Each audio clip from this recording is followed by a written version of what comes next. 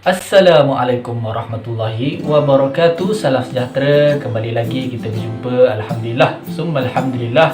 Kita masih lagi diberikan nyawa, diberikan kesempatan ruang untuk kita hidup lagi pada hari ini.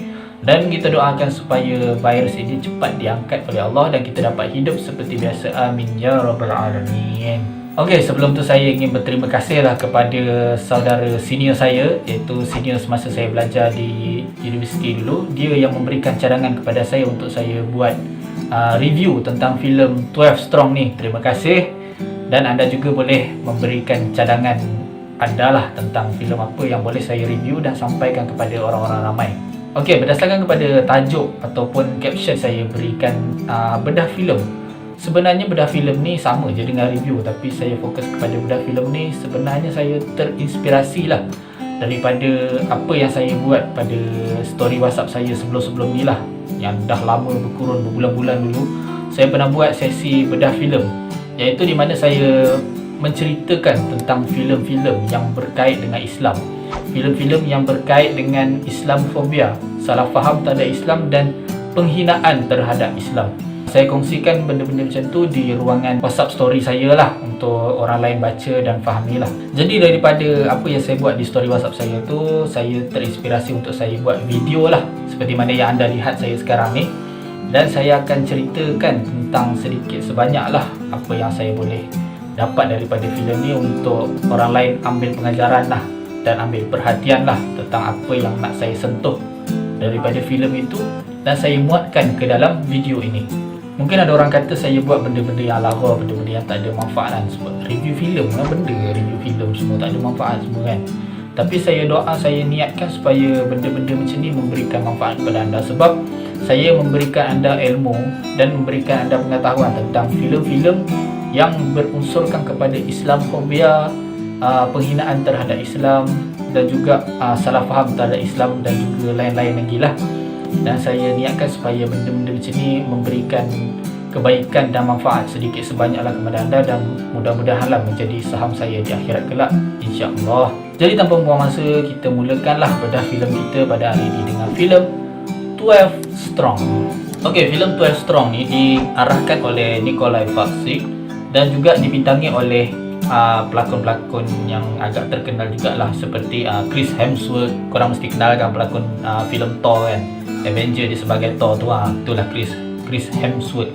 Dan kita ada Michael Pena, Michael Shannon dan banyak lagi lah artis yang Hollywood yang kita kenal lah. Kalau korang kaki tengok movie, korang kenal lah pelakon-pelakon ni kan. Ok, 12 Strong ni sebenarnya dia berdasarkan kepada kisah benar lah, kisah yang telah terjadi pada tahun 2001, iaitu tragedi 11 September dulu, iaitu tragedi di mana bangunan WTC, World Trade Center di New York tu itu dilanggar oleh pesawat dan akhirnya runtuh dan mengorbankan ramai orang lah katanya kan.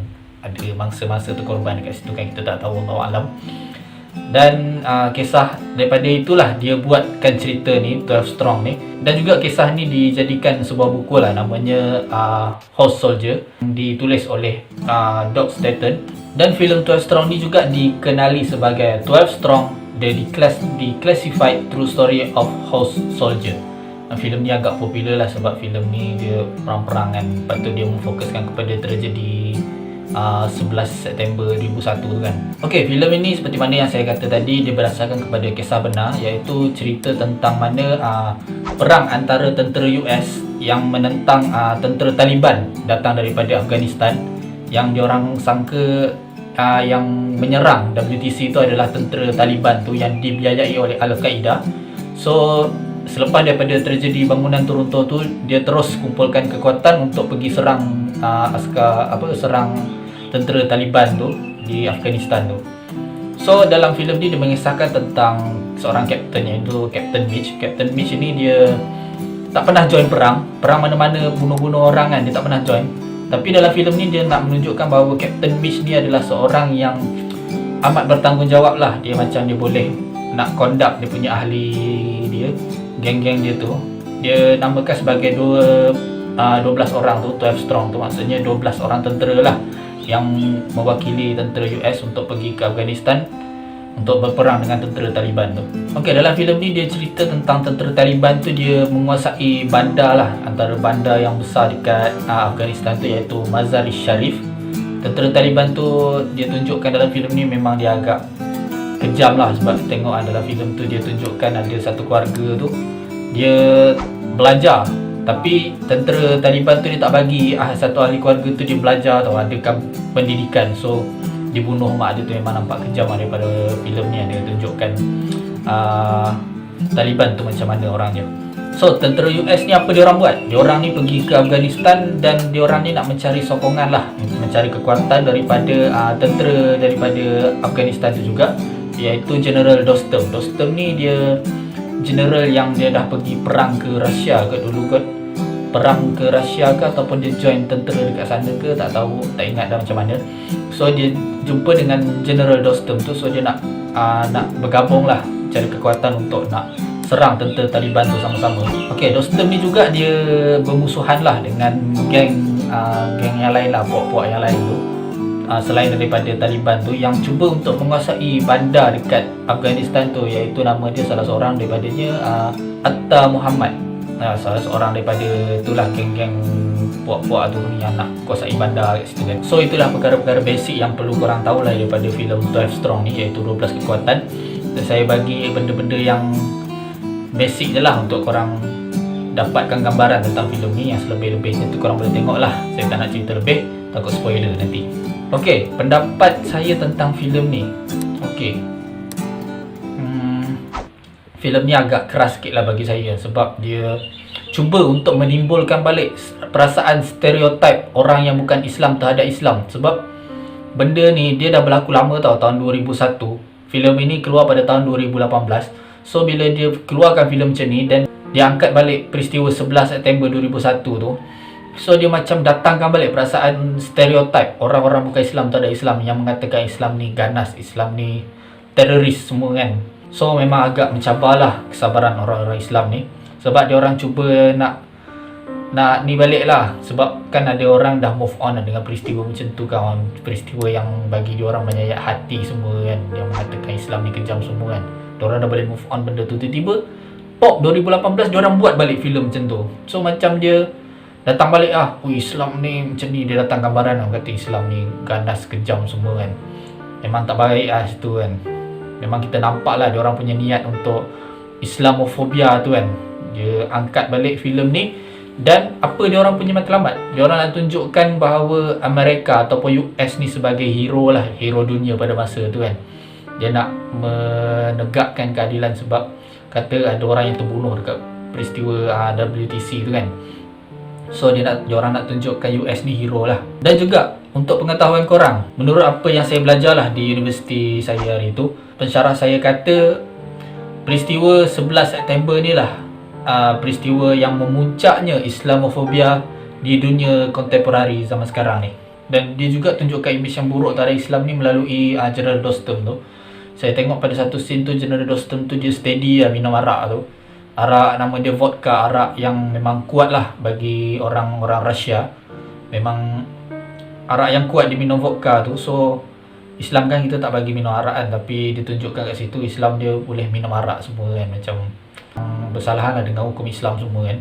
Memang dia saja nak tunjukkan imej yang buruk lah, imej buruk terhadap orang Islam dalam filem ni. Last sekali, apakah implikasi daripada filem ni? So dia nak tunjukkan bahawa Amerika ni adalah hero kepada dunia daripada zaman tu sehinggalah sekarang kan. Diorang ni sebagai orang tengah ataupun geng-geng yang cuba untuk mengamankan dunia daripada segala keganasan di dunia ni yang telah dibuat oleh orang Islam. Dan sekarang kita pergi kepada bahagian pengajaran lah daripada apa yang saya dapat pada filem ni. Okey, pertamanya kita kena berhati-hatilah dengan apa yang disampaikan daripada filem ni, sebab dia tunjukkan Islam itu sebagai ganas. So kita takut kita ni yang berfikiran sempit dan kita ni iman tak berapa kuat kan. Macam kita percaya yang Islam ni memang mengarahkan kepada keganasan, Islam ni mengarah kepada pembunuhan semua kan. Dan kita rasa macam teruja kan, sebab kita nampak Amerika dalam filem ni sebagai hero kan. So dia macam mengganggu-gugat lah kita punya hati dan pemikiran kita kan. So berhati-hatilah anda ketika melihat filem-filem yang jenis berunsurkan kepada Islamofobia seperti ini.